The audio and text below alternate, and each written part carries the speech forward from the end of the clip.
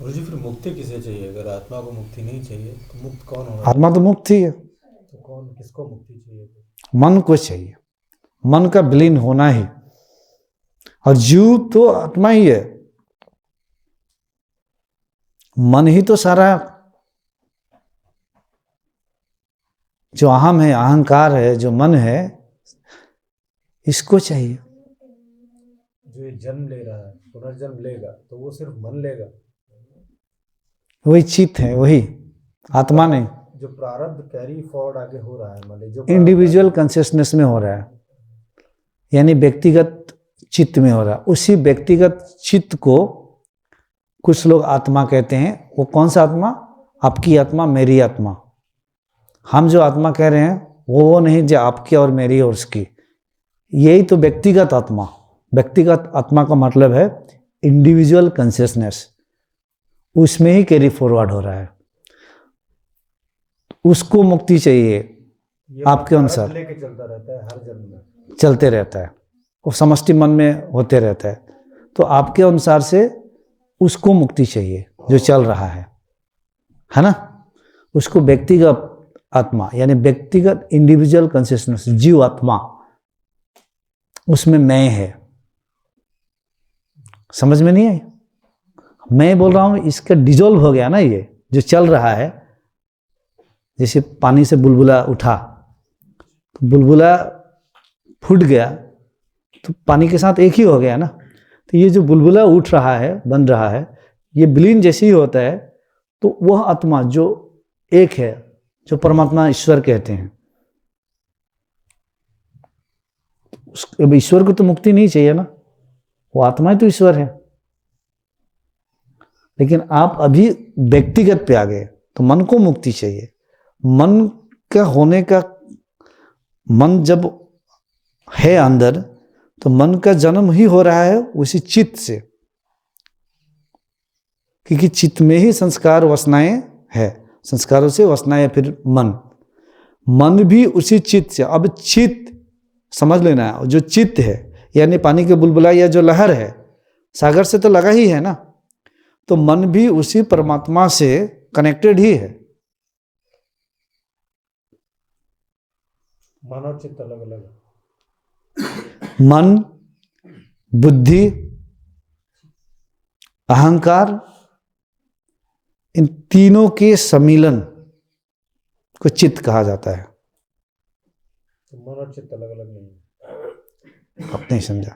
मन, बुद्धि, अहंकार, अंदर बुद्धि भी है ना, मन भी है, अहंकार भी है, इन तीनों के समन्वय यानी कि सम्मिलन, एक उसको चित्त कहा जाता है। कभी कभी इस मन को ही चित्त समझ लिया जाता है, कहा जाता है, इसलिए आपका ध्यान वहां पर है। तो मन को मुक्ति चाहिए यानी कि पूरे चित्त की डिजोल्यूशन। तो चित्त पूरी तरह से डिजोल्व हो गया, गल गया, खत्म हो गया, तो मन भी खत्म हो गया। तो जब तक मन रहेगा तब तक मुक्ति नहीं है। मन अमन हो जाना चाहिए, मतलब मन नहीं रहा तो आप मुक्त हो गया। सुनिए, आप लोग ध्यान से सुनिएगा।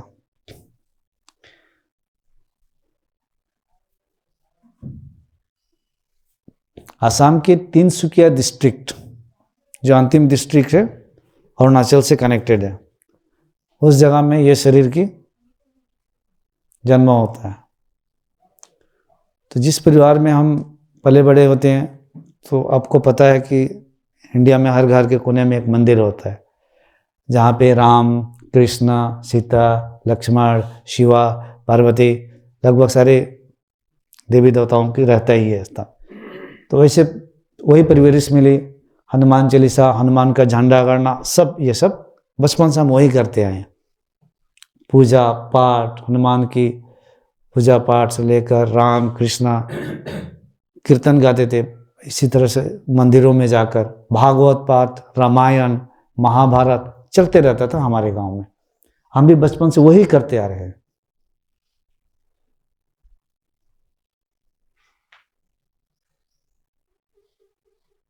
जो अभी गाते हैं ना, हरे राम राम राम हरे हरे, हरे कृष्णा कृष्णा कृष्णा हरे हरे, ये हमारे लिए हम बचपन से ही गा के आए हैं। आज भी हमारे गांव उस मंदिर में यही चलता है। हम जन्माष्टमी में पूरे धूमधाम से मनाएंगे। इसी जो ज्ञानम को देख रहे हैं ना, इसी से, क्योंकि ऐसे ही आप समझ सकते हो, यहाँ पे तो वही परवरिश ही होती है। फिर कभी ध्यान में बैठेंगे, कभी काली दुर्गा पूरे ऐसे दिखने लगेंगे, शरीर ऐसे ऐसे गनगनाने लग जाएगा। ऐसी जो चीजें होती थी, सब क्या क्या हम जब पूरी तरह से सत्य सामने आता है तब चीजें समझ में आती है। उसके पहले तो डर होता है। वही व्यक्ति जिसने ये सब करके आया, वही व्यक्ति आज कह रहा है कि एक समय में सब छूट जाएगा।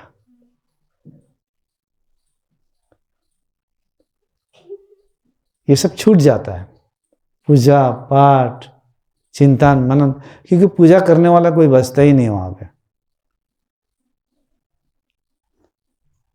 उस स्थिति में पूजा करने वाला है ही नहीं, तो पूजा किसको करेगा? अब किसको मैं पूजा करूं? लोगों को दुख होता है कि आप कृष्ण को राम को ऐसे कह दिया, अब मेरे लिए राम कृष्ण है ही नहीं तो मैं किसको पूजा करूं? फिर अब शिवा भी नहीं है तो मैं किसको पूजा करूं?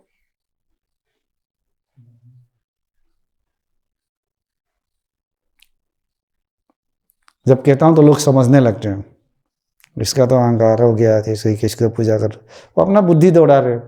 हम तो इशारा देने के जब तुम्हारी बुद्धि गिर जाएगी, बुद्धि, कि परमात्मा तो मन बुद्धि इंद्रिय विषय की चिंतन मनन पंच तन मात्रा इन सब से परे है।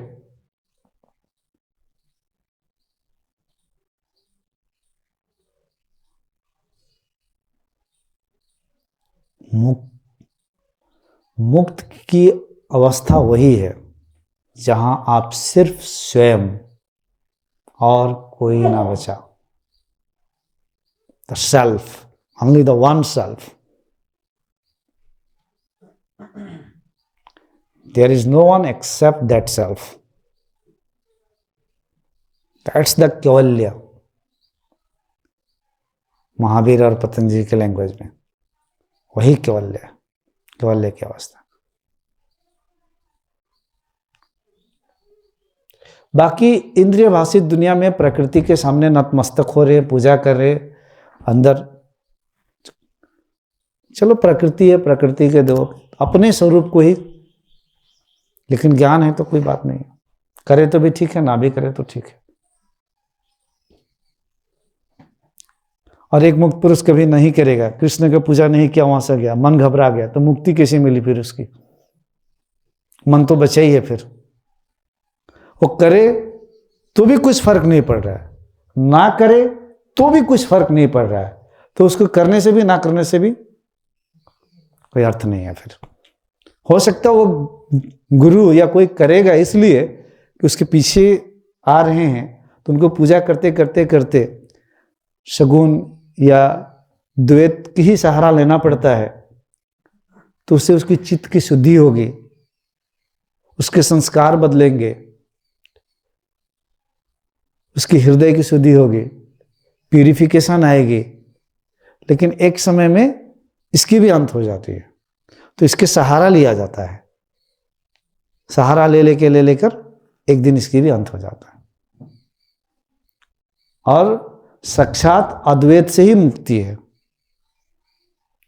अद्वैत से मुक्ति का मतलब है जीवन मुक्त, जीते जी आपको मुक्ति मिलेगी, और अंत में एक चिंगारी रहेगी करुणा का, प्रेम का, वो भी छूटकर अंत में विदेह मुक्ति। कुछ महात्मागण ऐसे बताते हैं कि जीते जी किसी को मुक्ति नहीं मिलती है, तुम भक्ति करो, मरते वक्त भी तुम जप करो, उसके पहले नहीं मिलती है, मरने के बाद ही मिलती है। कुछ ऐसे कहते हैं कि तुम बैकुंठ में जाओगे जहां विष्णु पड़े हुए हैं, ऐसे लेटे हुए हैं। तो ये बात मेरी भी चित्त में थी।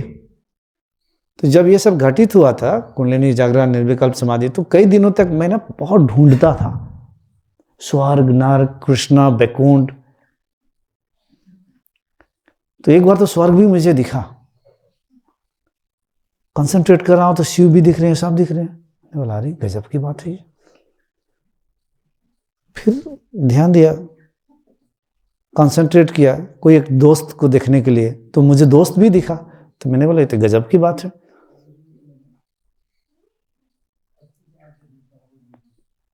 तो ये तो माइंड के फंडा है, साइकोलॉजी है ये तो। यहां हम जो देखना चाहेंगे वो हमें दिखेगा। मेरे चित्त में राम, कृष्ण, सीता, स्वर्ग, नरक का ऑलरेडी चित्त में, सबकॉन्शियस माइंड में स्टोर है। वो थर्ड आई पे हमने देखना चाहा, वो हमें उस टाइप का दिखाई दे रहा है। सिंपल सी बात है, वो हमारे ही मन है जो स्वर्ग और नरक बन जा रहा है। उसकी चुटकी बजा खत्म, जैसे होता है ना, आया पार कर दिया। कुछ नहीं देखना, जब तक दिख रहा है तब तक फंसे हुए हो। कृष्ण दिख रहे हैं, फंसे हुए हो। शिवा दिख रहे हैं, फंसे हुए हो। दुर्गा दिख रही है, फंसे हुए। हनुमान दिख रहे हो, फंसे हुए हो। सबको ऐसे स्क्रॉल करना पड़ेगा, जैसे इंस्टाग्राम या रील्स देखते हैं ना, स्क्रॉल करके पार कर दो आप। दिखने वाला यहाँ मेंटल मूवी कहीं नहीं होनी चाहिए। दिखने वाला पे क्यों दिख रहे हो? देखने वाला कौन है उसको पकड़ो ना। देखने वाला कौन है? तो हमने सबको स्क्रॉल कर दिया, कुछ दिखना नहीं चाहिए। नीट एंड क्लीन, सब साफ हो गया बात। तब कहता हूं, ये इसलिए अभी कह रहा हूं कि हमारे कई साधक आते हैं, बाद में उनको मन बहुत दुखी हो जाता है। कुछ आशा लेकर आए थे, गुरु ने दुखी कर दिया। क्यों दुखी?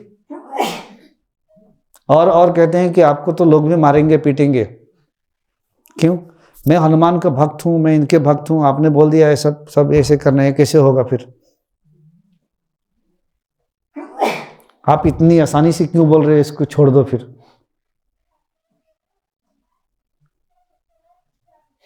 तो हम निर्गुण ब्रह्म की बात कर रहे हैं। और यहाँ स्मृति हनुमान की। अब हनुमान कहीं बाहर है तो उनको रहने दीजिए, कहीं है तो रहने दीजिए। है नहीं है उसमें हम नहीं जाएंगे। आपके अंदर यहाँ की स्मृति विस्मृति होनी चाहिए। अष्टावक्र भी सीधे सीधे कहते हैं, ब्रह्मा विष्णु महेश के विस्मृति के बिना मुक्ति है ही नहीं।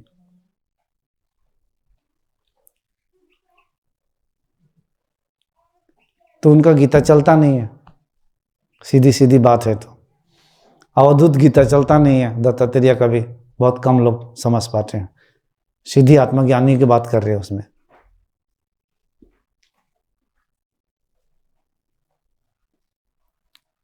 अब बाद में हम भी पूजा पाठ करते करते अंत में जब वहीं पे पहुंचता है तो वही बात बोलने लगता है फिर।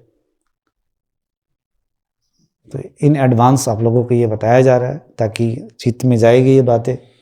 आज नहीं तो कल, 2 साल 3 साल 4 साल 5 साल 10 साल, नहीं तो मरने वक्त भी याद आएगा कि गुरु जी ने कहा था ठीक कि मैं तो बहुत कोशिश किया लेकिन कहीं दाल नहीं गिली। तो अंतिम समय तक भी शायद उसमें छलांग लग जाए।